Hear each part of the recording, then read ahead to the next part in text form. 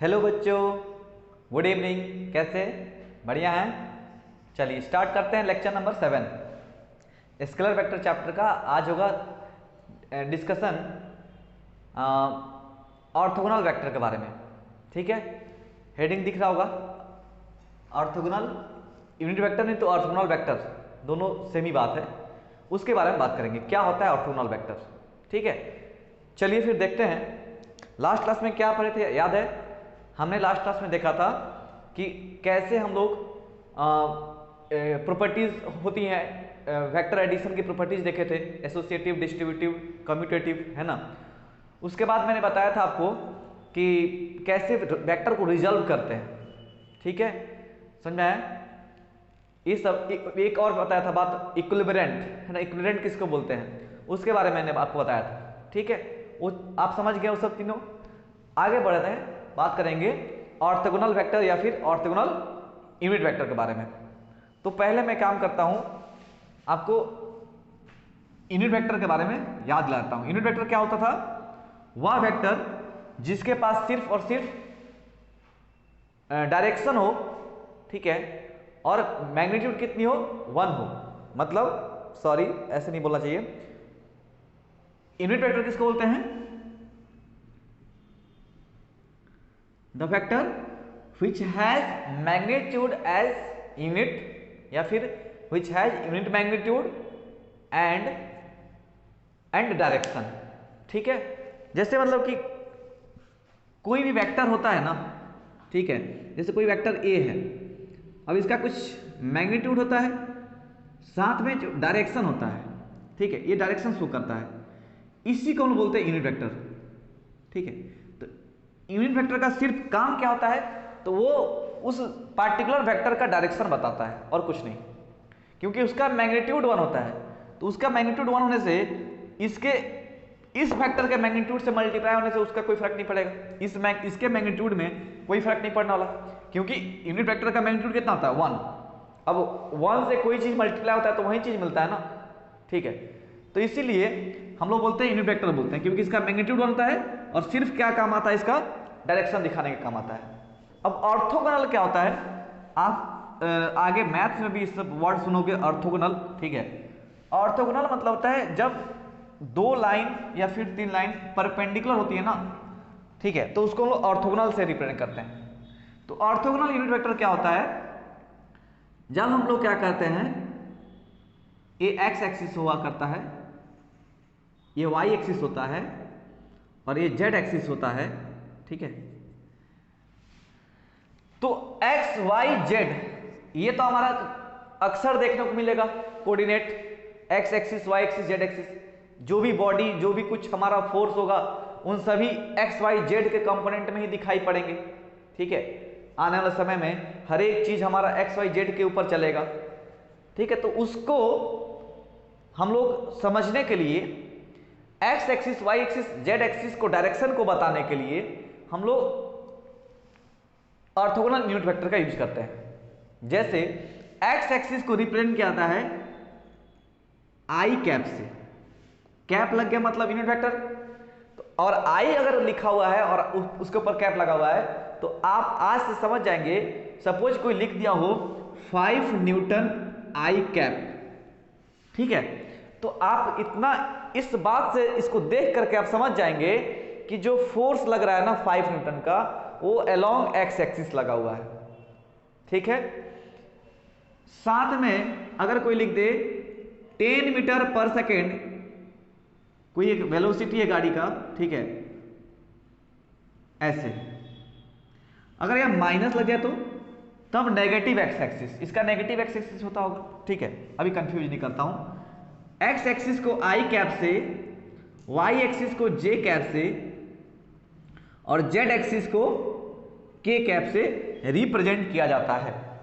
ठीक है, अगर एक्स एक्सिस आई कैप लिखा हो तो समझिएगा कि वह जो वेक्टर है उसका डायरेक्शन कहां पे है, एक्स एक्सिस के अलोंग है।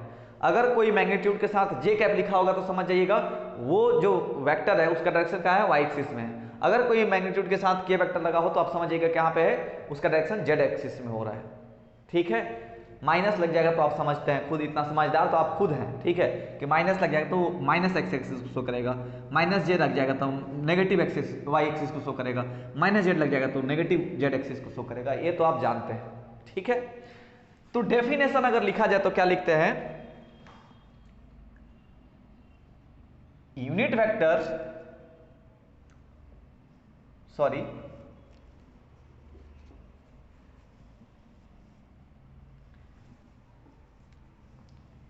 unit vectors which are mutually perpendicular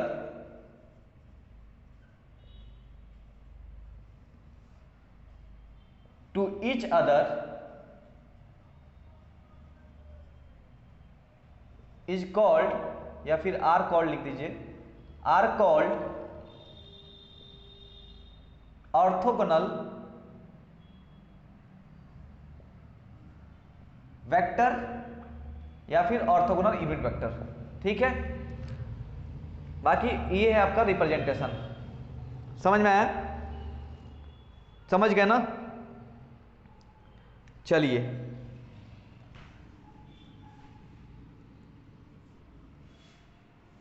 और आपको तो पता है एक्स एक्सिस वाई एक्सिस और जेड एक्सिस में, एक्स एक्सिस वाई एक्सिस और जेड एक्सिस में हमेशा जो एंगल बनता है वो कितने का बनता है, 90 डिग्री का होता है, ठीक है, ये तो आप जानते हैं, इसीलिए ऑर्थोगोनल भी बोल रहे हैं हम लोग। और ये एक्स एक्सिस को आई कैप से, वाई एक्सिस को जे कैप से और जेड एक्सिस को के कैप से। अगर मैं कहीं लिख दूं कि एक बॉडी है ओरिजिन पे रखा हुआ है और उस पर फोर्स लग रहा है 3 आई कैप प्लस 4 जे कैप प्लस 9 के कैप, इससे आप क्या समझते हैं कि उस बॉडी पे जो ओरिजिन पे रखा हुआ है, ठीक है, उस पे एक्स एक्सिस में कितना फोर्स लग रहा है, 3 न्यूटन, वाई एक्सिस में 4 न्यूटन और जेड एक्सिस में 9 न्यूटन का फोर्स लग रहा है, ठीक है। मतलब अगर इसका कंपोनेंट वाइज लिखूं मैं तो क्या हो जाएगा, ये जो 3 है वो एक्स एक्सिस का कंपोनेंट है एफ एक्स, ये 4 जो है वो वाई एक्सिस का कंपोनेंट है और जो 9 है वो एफ जेड का कंपोनेंट है, जेड एक्सिस का, ठीक है। यहाँ पे F X F Y F Z क्या है, ये इसका इस एक्सिस का रिप्रेजेंट कर रहा है कि एक्स एक्सिस में इतना लग रहा है, वाई एक्सिस में इतना मैग्नीट्यूड लग रहा है, जेड एक्सिस में इतना मैग्नीट्यूड लग रहा है। कैप लगा होता है तो यूनिट वेक्टर बोलते हैं, आप जानते हैं। बट यही यूनिट वेक्टर्स अगर एक दूसरे से परपेंडिकुलर हो जाए, ठीक है, तो जब एक दूसरे से मान लीजिए 3 वेक्टर है और एक दूसरे से परपेंडिकुलर है, तो क्या आप उसको X axis Y axis Z axis से कंपेयर कर सकते हैं ना, ठीक है। तो बस यही कहानी है ऑर्थोगोनल वेक्टर का, ठीक है, समझ में आया। कोई भी वेक्टर अगर ऐसे लिखा हो, ए वेक्टर ऐसे लिखा हो, ए x I cap plus A Y J cap plus A Z के कैप, तो आप समझ जाएंगे कि वो कह रहा है कि जो वेक्टर ए है उस पे एक्स एक्सिस में अलोंग एक्स एक्सिस ए एक्स वैल्यू का फोर्स कुछ भी हो रहा है, ए एक्स वैल्यू का हो रहा है मैग्नीट्यूड, ए वाई क्या है मैग्नीट्यूड अलोंग वाई एक्सिस, ठीक है, और ए जेड क्या है मैग्नीट्यूड अलोंग जेड एक्सिस, ठीक है, ये शो करता है ये चीज। बाकी तो आप समझ ही गए, इसमें तो कोई दिक्कत वाली बात नहीं है ना, कुछ नया तो था नहीं, आप तो इतना जानते हैं, यूनिट वेक्टर जानते थे कैप से रिप्रेजेंट करते हैं। और आई कैप जे कैप और के कैप अगर हम लोग मान लें 3 यूनिट वेक्टर्स हैं और एक दूसरे से परपेंडिकुलर है, म्यूचुअली परपेंडिकुलर है ना, ये इससे परपेंडिकुलर है, ये इससे परपेंडिकुलर है और ये इससे परपेंडिकुलर है, ठीक है, तीनों एक दूसरे से परपेंडिकुलर हैं, तो वो क्या कहलाते हैं, ऑर्थोगोनल वेक्टर कहलाते हैं। समझ गए ना। चलिए आगे बढ़ा जाए, चलते हैं। अब आगे बात करेंगे vector in 1 dimension, 2 dimension, 3 dimension. Vectors in 1 dimension,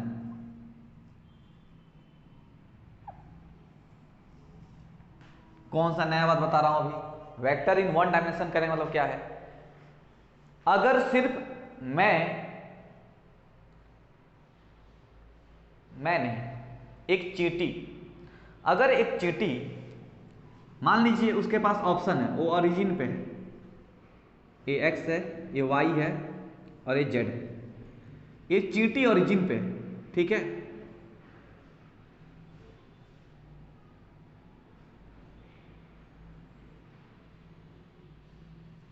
origin पे है चींटी, ठीक है, और वो सिर्फ और सिर्फ एक्स एक्सिस में उसका डिस्प्लेसमेंट हो रहा है।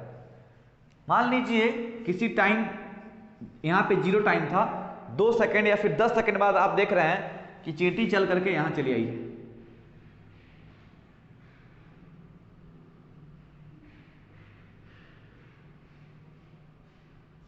ठीक है। चींटी है ना, क्या है पता नहीं, चींटी ही है, ठीक है, तो आदमी का रूप पकड़ लिया। अच्छा, अब मैं बोल रहा हूं कि 10 सेकंड बाद चींटी यहां से मान लेते हैं कितना, 10 मीटर, ठीक है, थोड़ा प्रैक्टिकल रहते हैं। 10 मीटर 10 सेकंड में कैसे चल सकती चींटी? 1 मीटर डिस्टेंस 10 सेकंड में चल गई है, ठीक है। वो भूखी थी, तेजी से चली गई 1 मीटर, ठीक है ना। तो इससे क्या समझते हैं? अच्छा, चींटी एक्स एक्सिस में भी जा सकती है, ठीक है। अगर कहीं आपका चीनी का दाना, शुगर का अगर कुछ आपको कण है, ठीक है, अगर वाई एक्सिस में रखा गया तो वाई एक्सिस में जाएगी, जेड एक्सिस में रखा होगा तो जेड एक्सिस में आएगी, ठीक है। कहीं एक प्लेन में कहीं रखा होगा तो प्लेन में जाएगी। जैसे बस इतना समझिए आप, थोड़ा इमेजिन करना पड़ेगा ये चीज़, ठीक है। इमेजिन करना पड़ेगा आपको। इमेजिन कैसे करेंगे आप? जैसे ये रूम ही है, ठीक है, रूम, चलिए रूम ही ले लेते हैं। तो इस रूम में अगर एक सब 8 कॉर्नर है, ठीक है, एक कॉर्नर ओरिजिन बना दिया जाए तो वहां पे आपको कोऑर्डिनेट ज्योमेट्री मैंने पढ़ाया था, एक्स एक्सिस, वाई एक्सिस और जेड एक्सिस होता है, ठीक है।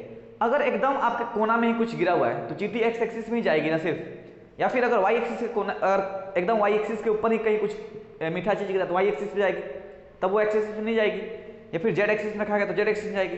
अगर कहीं इस प्लेन में, मैं जहां खड़ा हूं इस प्लेन में कहीं गिरा हुआ है तो चींटी एक्स एक्सिस या वाई एक्सिस में जाएगी, वो कहीं बीच में चलते हुए आएगी, ठीक है।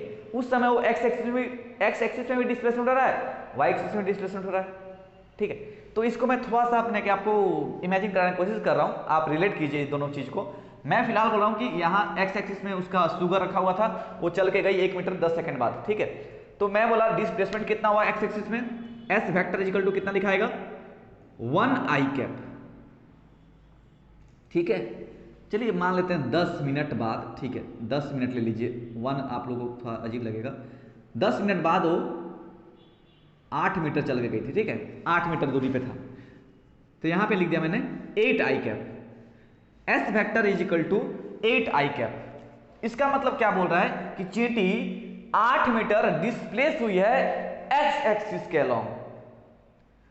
अगर कहीं लिखा हो, ये S1 बोल लेते हैं, अगर कहीं लिखा हो S2 vector is equal to 9 meter J cap, ये क्या कह रहा है कि चींटी 9 मीटर वाई एक्सिस में डिस्प्लेस हुई है, मतलब वो ऊपर गई है, अभी यहां से चल करके कहीं ऊपर आई है,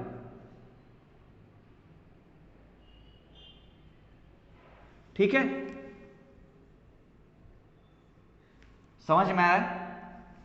अगर कोई लिख दिया हो S3 वेक्टर, डिस्प्लेसमेंट वेक्टर को जनरली एस से रिप्रेजेंट करते हैं, इसलिए मैं बोल रहा हूं S3 वेक्टर मान लेते हैं 7 मीटर के कैप लिखा गया हो, तो इससे आप क्या समझते हैं कि वो जो चींटी है वो जेड एक्सिस में 7 मीटर ट्रेवल की है कि नहीं? चलिए, तो इस टाइप का अगर आपको मोशन दिखाई देता है ना, इसको 1 डायमेंशन मोशन कहा जाता है, ठीक है। समझ में आया? अच्छा, एक चीज और, अगर मैं बोलूं, ये मिटा देते हैं थोड़ा सा, मान लीजिए चींटी ओरिजिन पे फिर से, और कहीं चीनी का दाना यहां रखा हुआ है, ये सब दाना है, तो चींटी को कहां से चल के जाना पड़ेगा? तब चींटी यहां से ऐसे जाएगी, क्योंकि डिस्प्लेसमेंट होना उसको, उसके क्या बोलते हैं, वो ज्यादा दूर चलना पसंद नहीं करती, चींटी चालाक है, ठीक है। चींटी चालाक है, वो डिस्प्लेसमेंट हमेशा डिस्प्लेसमेंट होगा उसका, मतलब शॉर्टेज डिस्टेंस को फॉलो करेगी, डिस्टेंस नहीं, मतलब इधर उधर से घूम के नहीं जाएगी, वो थोड़ा चालाक है फिलहाल, अभी थोड़ा देर के लिए चालाक है वो। तो ये यहाँ से चल करके एकदम ऐसे सीधा होते हुए यहाँ पहुँच जाएगी। ठीक है, तो अभी वो फिर से एक स्ट्रेट लाइन में गई है। जब भी एक मोशन स्ट्रेट लाइन में होगा तो वन डायमेंशन कहलाता है, चाहे वो एक्स एक्सिस के लॉन्ग हो, चाहे वाई एक्सिस के लॉन्ग हो, चाहे वो जेड एक्सिस के लॉन्ग हो। ठीक है, चाहे वो एक्स वाई प्लेन में भी हो। प्लेन किसको बोलते पता ना? अरे देखिए एक्स एक्सिस, मान लीजिए ये रूम अगर है, अगर वो वहां कॉर्नर है तो एक्स एक्सिस, अगर सॉरी एक्स एक्सिस ओ हुआ और नीचे वाई एक्सिस हुआ और ऊपर जेड एक्सिस हुआ, तो आपके पास तीन प्लेन है। एक एक्स वाई प्लेन जिसमें मैं खड़ा हूं, ठीक है, क्योंकि एक्स और वाई नीचे में है। ये जो बोर्ड है ये उधर जेड है, यहाँ वाई है, नीचे वाला वाई है, तो बोर्ड किस प्लेन में है? वाई जेड प्लेन में। और ठीक मेरे एकदम सामने, ठीक है, इधर उधर जेड है, नीचे एक्स है, तो एक्स जेड प्लेन हो गया। ठीक, अगर वो चींटी का एग्जांपल लिया जाए और चींटी मान लीजिए यही इसके ऊपर रखा हुआ है, यहाँ पे बहुत सारे दाने, ठीक है, इसके ऊपर, और इसी से चींटी चलते हुए सीधा एकदम डिस्प्लेस हुए यहाँ पहुंच गई। तो चली तो स्ट्रेट लाइन में ही ना, स्ट्रेट लाइन में चली ना, तो ये भी वन डायमेंशन ही कहलाएगा। ऐसा नहीं कि एक्स एक्सिस वाई एक्सिस दोनों एक साथ आ गया तो टू डायमेंशन मोशन होगा, नहीं, गलत बताते हैं आप लोग को। टू डायमेंशन कब होगा? जब वो टेढ़े में आएगी, ऐसे ऐसे, मतलब हर एक पॉइंट पे उसका क्या होगा, मतलब कि जो स्लोप है वो कांस्टेंट नहीं रहेगा, वेरी करेगा स्लोप, तब वो टू डायमेंशन मोशन कहलाती है। ठीक है, तो अभी भी वो वन डायमेंशन मोशन है, लेकिन इसमें क्या है, इसमें आपका दोनों कंपोनेंट दिखेगा, क्योंकि आपका देख पा रहे हैं इस प्लेन में चीनी रखा हुआ है, एक्स वाई प्लेन में। ठीक है, एक्स वाई प्लेन में चीनी है, तो उसको यहां से यहां डिस्प्लेस होना पड़ेगा। तो इस इधर डिस्प्लेस होने के लिए उसको एक्स एक्सिस में भी और वाई एक्सिस में भी, दोनों में डिस्प्लेस होना पड़ेगा। तो यहां पे एस डैश वेक्टर मैं बोल दे रहा हूं, ठीक है, तो एस डैश वेक्टर कितने बराबर होगा?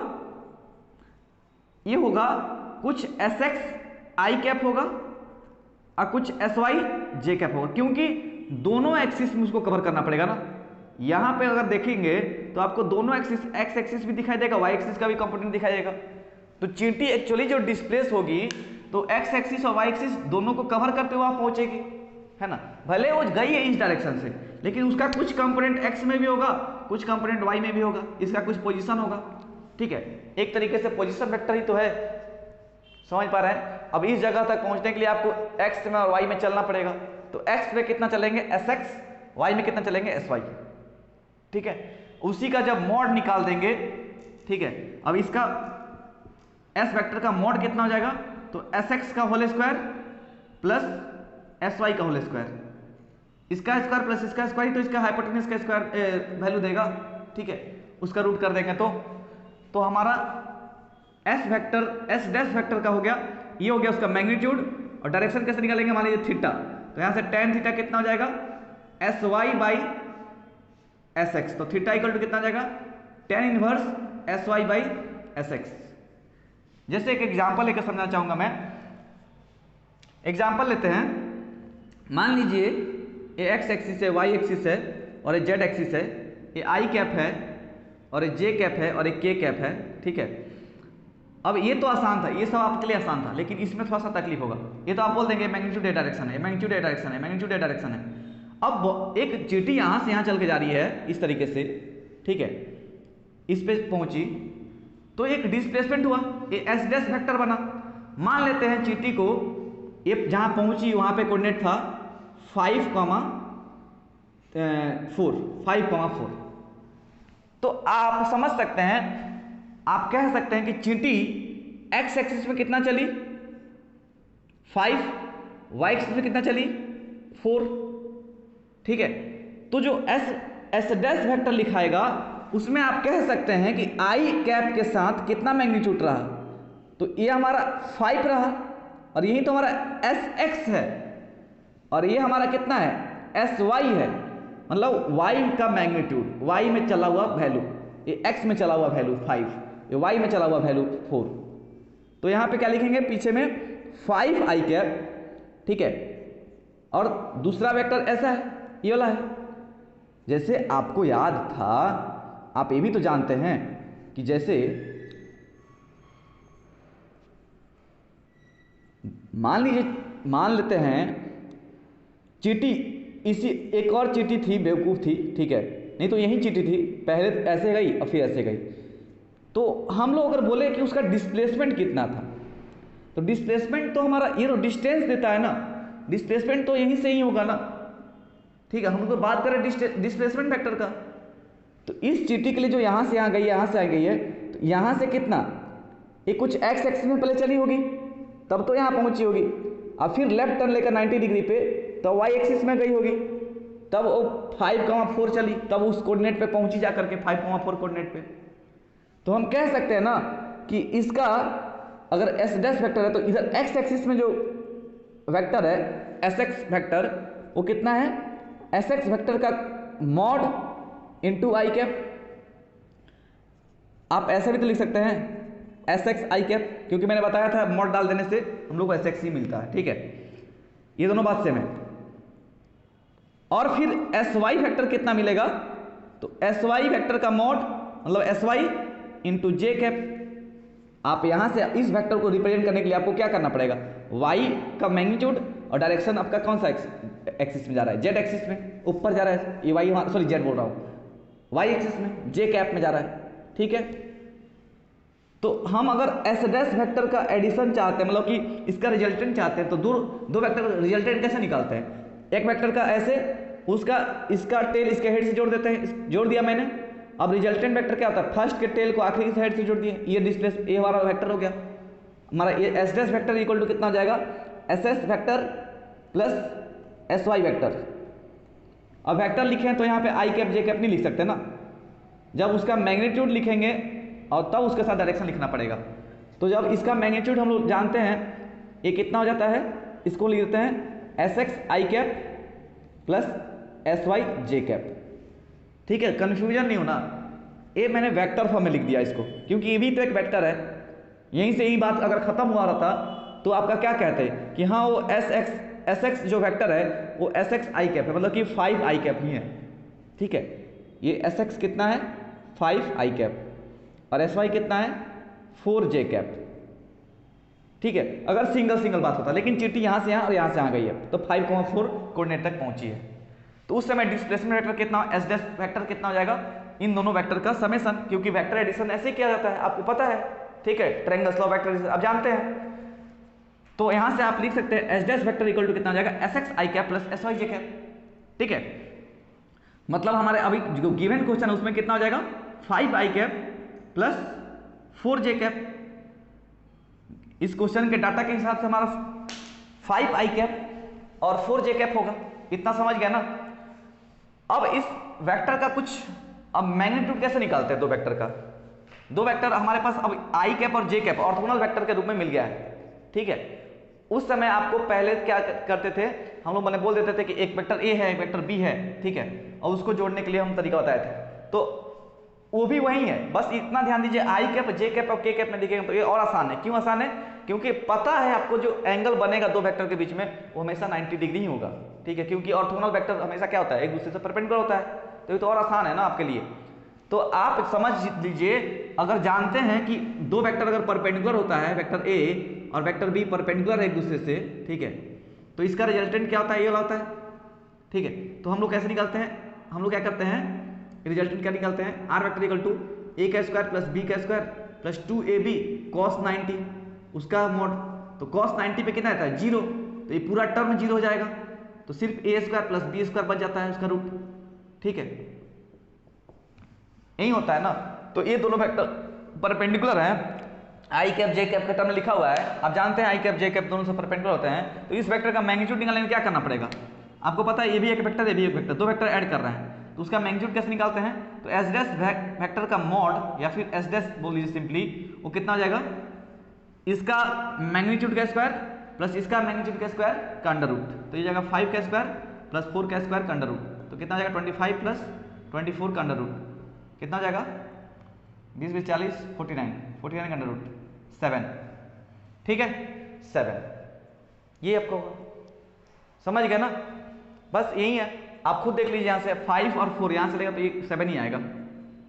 और डायरेक्शन कितना होगा, आपको तो मैग्नीट्यूड मिल गया, डायरेक्शन कैसे निकालेंगे, तो डायरेक्शन देखिए कंपेयर कीजिएगा, देखिए इसको आपने मॉड निकाला तो देख रहे हैं ना 7 आ रहा है, तो आप समझ लीजिए इस वेक्टर में अगर ये जीटी चल रही है तो डिस्प्लेसमेंट कितना हो रहा है, जो कोऑर्डिनेट इसका 5 में है उसका स्क्वायर प्लस इसका स्क्वायर ही तो आपका मॉड दे रहा है 7। अब को थीटा अब कितने से डिस्प्ले कितने एंगल पे जा रहा है, क्योंकि डायरेक्शन भी बताना है आपको, तो कितने एंगल से उसका एंगल घुमा है, तो कैसे निकालते हैं एंगल, tan थीटा के रूप में निकालते हैं। tan थीटा कितना हो जाएगा, अपोजिट बाय एडजेसेंट, तो थीटा इक्वल टू कितना आ जाएगा, tan इनवर्स 5/4।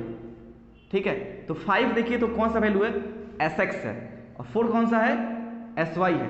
तो आप इसमें अगर दिया हो और आपको एक डायग्राम नहीं है आपके पास, तो इसका मॉड निकालने के लिए डायरेक्ट आप इसका स्क्वायर प्लस इसका स्क्वायर अंडर रूट करेंगे, और इसका थीटा निकालने के लिए क्या करेंगे, आप थीटा निकालने के लिए करेंगे tan इनवर्स Sx का वैल्यू है ना, Sx बाई Sy। ठीक है, और S डैश का मॉड निकालने के लिए Sx का होल स्क्वायर प्लस Sy का होल स्क्वायर का अंडर रूट, ये आपका उसका मॉड दे देगा। ठीक है, ये जनरल फॉर्मूला हो गया इसका, एक तरीके से एक एग्जांपल दे दिया मैंने आपको समझाने के लिए। ठीक है, ये थीटा निकालने का तरीका हो गया, ये रिजल्टेंट निकालने का तरीका हो गया। अगर इस टाइप का कुछ इक्वेशन दिया रहेगा तो ऐसा वेक्टर एडिशन करना हो तो समझ गए, आई कैप जे कैप के टर्म में। ठीक है, ये जो वेक्टर दिया है Sx I cap plus Sy J cap, ये एक सिंपल एग्जांपल था डिस्प्लेसमेंट वेक्टर लेकर के। और भी वेक्टर्स होते होंगे जिसको हम लोग इस तरीके से ऐड कर लेते हैं। ठीक है, कुछ नया उसमें नहीं किया था, यही कंसेप्ट हर जगह यूज करेंगे। ठीक है, तो ये टाइप ये जो टाइप हुआ, ठीक है, ये सब 1 डायमेंशन में आता है। अब यही चीटी कुछ इस तरीके से चलती, अगर मान लीजिए चीटी x, y और z, अब यहां से पहुंचना है इसको, अब ये कुछ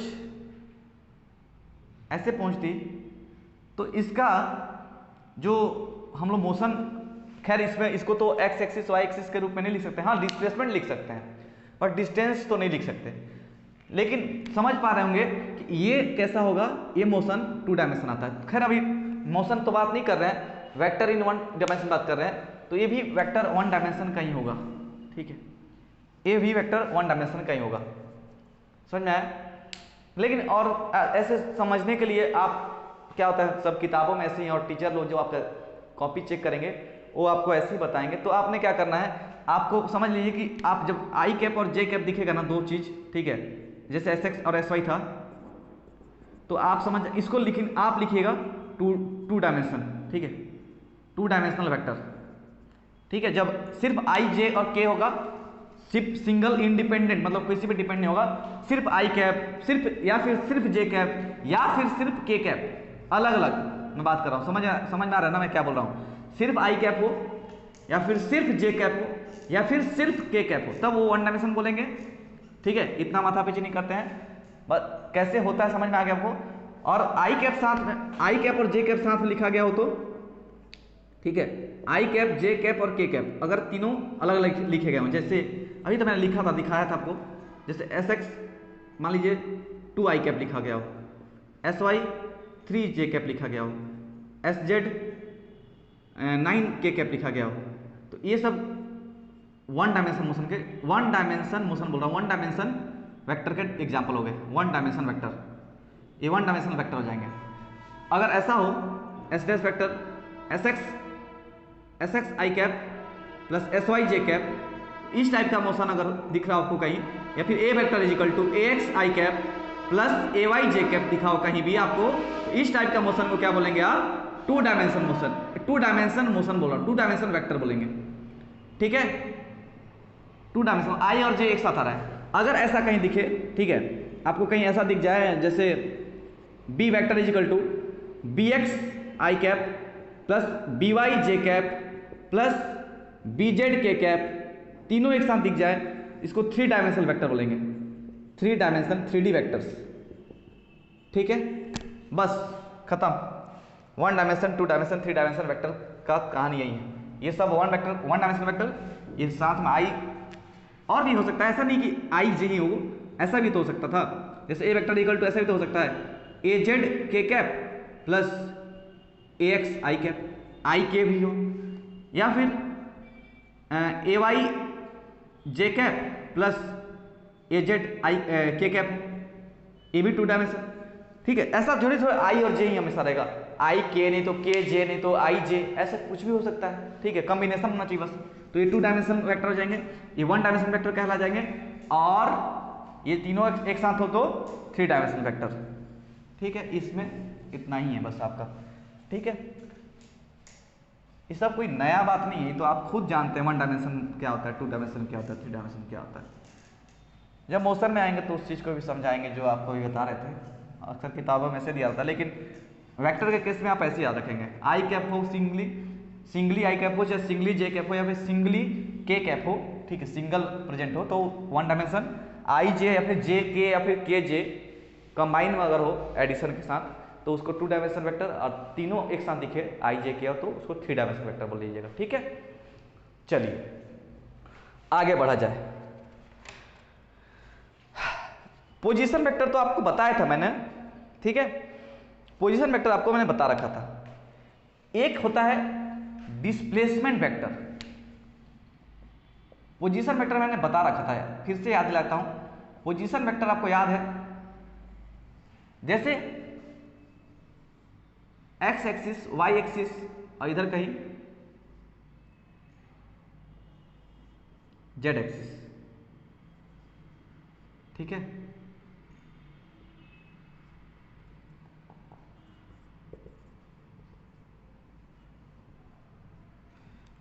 x axis minus X axis, Y axis minus Y axis, Z axis minus Z axis, ऐसा सपोज आपको कहीं गिवन हो। ठीक है, तो पोजीशन वेक्टर निकालने के लिए क्या तरीका है, पोजीशन वेक्टर किसको बोलते हैं, जैसे वो चींटी का एग्जांपल लीजिए ना, चींटी सपोज चलते हुए एक्स वाई प्लेन में गई। ठीक है, जेड हटा लीजिए फिलहाल के लिए, कंफ्यूज हो जाएंगे, बस समझिए इसके पीछे कहीं है। ठीक है, चींटी जो चल के यहाँ से यहाँ गई, ठीक है, तो मान लेते हो 5 4 जब चली थी तो इसका पोजीशन वेक्टर कहाँ से कहाँ था, अभी कहाँ पे पोजीशन, तो कैसे करें, ऑरिजिन से निकाल देंगे, एक लाइन यहाँ ज्वाइन कर देंगे। ये जो एस वेक्टर बना यही हमारा कहलाता है, एस वेक्टर ही कहलाएगा क्या चीज़, पोजीशन वेक्टर। अगर चींटी यहाँ पर नहीं हो, कहीं इधर आती तो पोजीशन वेक्टर कहाँ होता, तो पोजीशन वेक्टर यहाँ होता। मान लेते हैं ये आपका है 10 4, एक्स एक्सिस में 10, वाई एक्सिस 4, तो ये हमारा S1 वेक्टर, ये कहलाता पोजीशन वेक्टर। ठीक है, पोजीशन वेक्टर। तो अगर इधर आता कहीं तो आपको यहाँ पे क्या होता, -3 चाहे -8 4। ठीक है, तो आपका पोजीशन वेक्टर कहाँ होता, कहीं इधर होता, S3 वेक्टर। तो आप इस समय S3 वेक्टर को कैसे लिख रहे होते, आप लिख रहे होते -8i कैप +4 जे कैप। ठीक है, ये तो आप आई और जे अब समझ में आ रहा है ना, माइनस किस लिए, क्योंकि ये नेगेटिव एक्स एक्सिस को शो कर रहा है। ठीक है, तो ये आपका पोजीशन वेक्टर हो गया। तो यही होता है पोजीशन वेक्टर, जो उस पार्टिकुलर पोजीशन को बताया कि कहाँ पे है अभी बॉडी। ठीक है, अब आपको एक दिखेगा डिस्प्लेसमेंट वेक्टर, इसका डेफिनेशन भी बनता है पोजीशन वेक्टर का, चलिए यही लिख देते हैं। Position vector of any point, कोई भी पॉइंट का पोजीशन वेक्टर कैसे होता है, with respect to an arbitrary chosen origin, with respect to, चलिए लिख देते पहले, arbitrary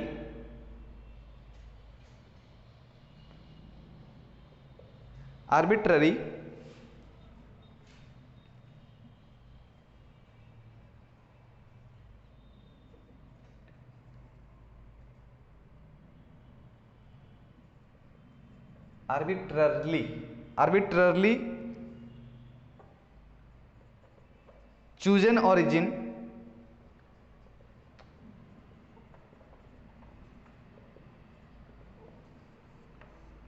is defined as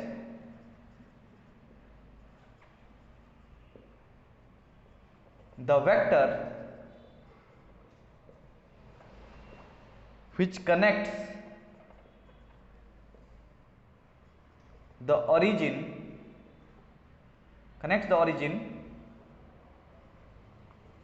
and the point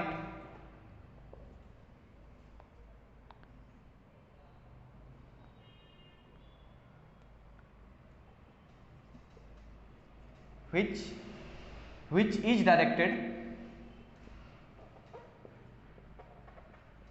towards the point। ऐसे डेफिनेशन कभी आएगा नहीं पूछने के लिए, ठीक है। तो इतना लंबा चौड़ा डेफिनेशन और इतना कॉम्प्लिकेटेड से आप परेशान नहीं होंगे, ठीक है ना, पहले से बता रहा हूँ। पोजीशन वेक्टर मतलब आपके दिमाग में बैठना चाहिए। पोजीशन वेक्टर क्या होता है, ओरिजिन से जो उसका पोजीशन है वही पोजीशन वेक्टर है। वेक्टर फॉर्म में लिखना है तो आई कैप और जे कैप और के कैप का यूज करना है, बस वही होता है पोजीशन वेक्टर, कुछ नया चीज़ तो नहीं है, ठीक है। बस पोजीशन बताता है। अगर कोई मैं यहाँ से लिख दूँ आर्बिटर, कुछ भी मैं पागल हो गया हूँ, है ना, कुछ भी ऐसे लिख रहा हूँ, S vector equal to 3i cap minus 4j cap, बताओ तो कहाँ होगा पोजीशन इसका। ये कह रहा है अगर कोई एक डिस्प्लेसमेंट वेक्टर है मान लेते हैं, तो 3i cap minus 4j cap क्या कह रहा है, उसका पोजीशन कहाँ होगा।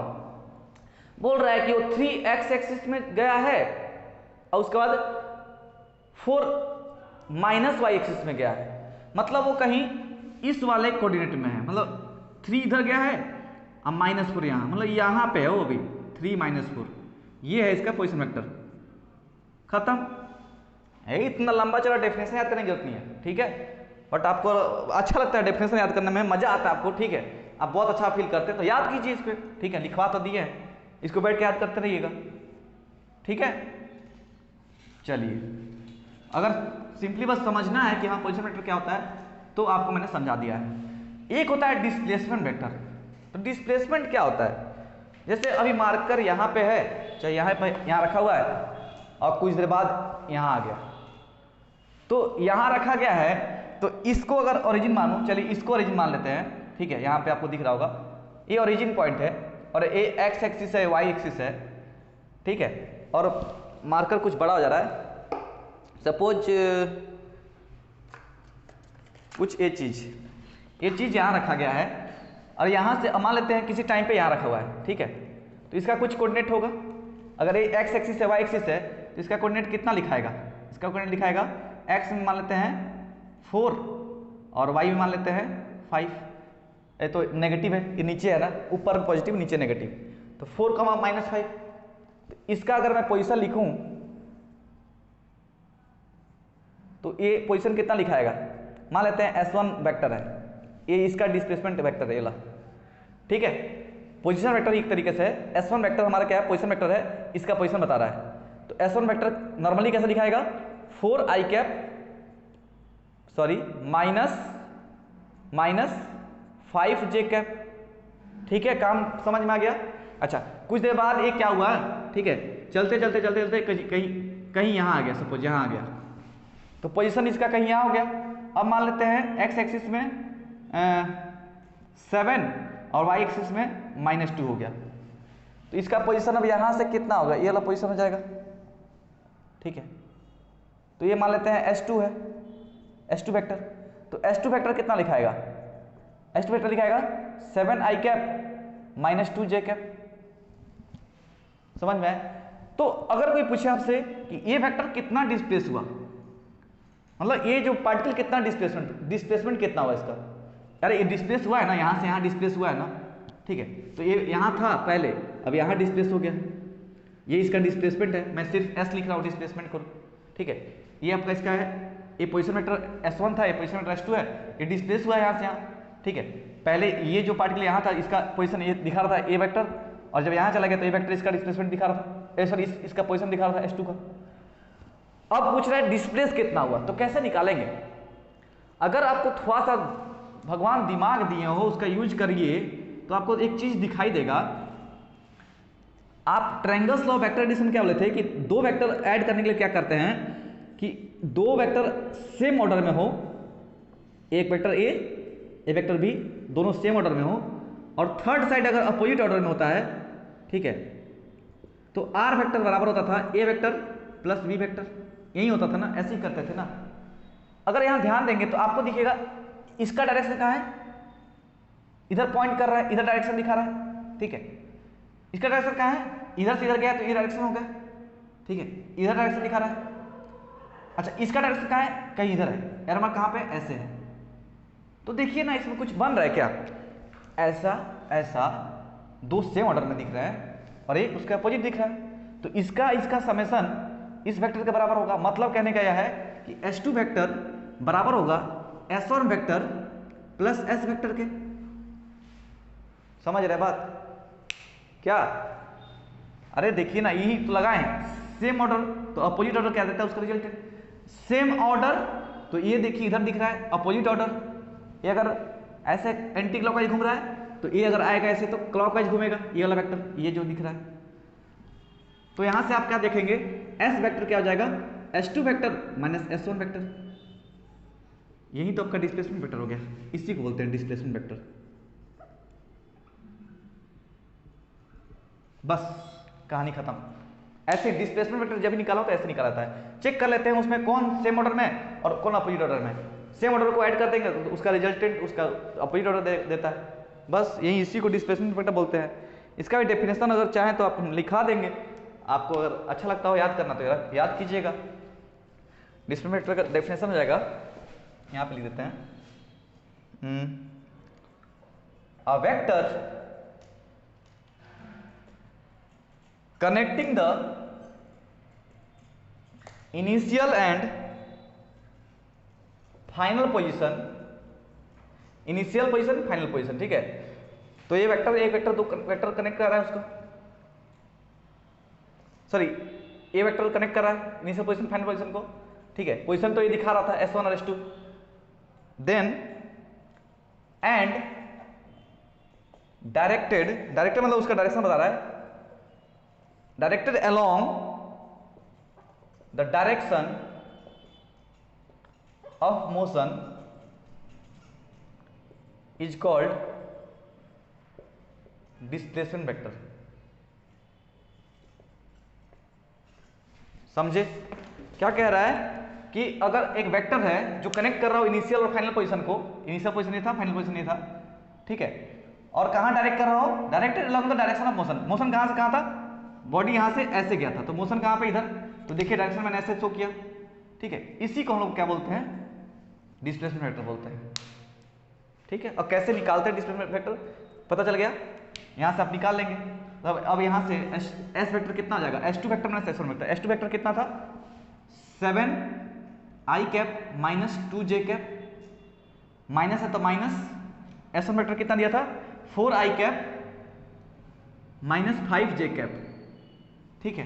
अब दोनों को आप बाकी अलजेब्रा लग जाता है, सिंपल, आई के साथ आएगा और जे के साथ जाएगा, तो 7i cap minus 4i cap minus 2j cap, minus यहाँ माइनस से प्लस 5j कैप, तो ऐड कर दीजिए, 7 में से 4 जाएगा 3i कैप और माइनस प्लस माइनस, लेकिन प्लस बड़ा है तो प्लस 3j कैप। इस वेक्टर का वैल्यू कितना हो जाएगा 3i cap plus 3j cap, ठीक है। इसका मॉड कैसे निकलेगा, मॉड कैसे निकालते हैं जी, इसका स्क्वायर प्लस इसका स्क्वायर का अंडर रूट, तो ये कितना जाएगा 9 + 9 18 का अंडर रूट, ये वैल्यू 18 का अंडर रूट होगा, ठीक है। बस खत्म, इसी को बोलते हैं पोजीशन वेक्टर, डिस्प्लेसमेंट वेक्टर, ठीक है। ये बॉडी कितना √18 डिस्प्लेस हुई है, ठीक है। चलिए आज का कहानी ये खत्म करते हैं, फिर मिलते हैं नेक्स्ट लेक्चर में, ठीक है। Thank you.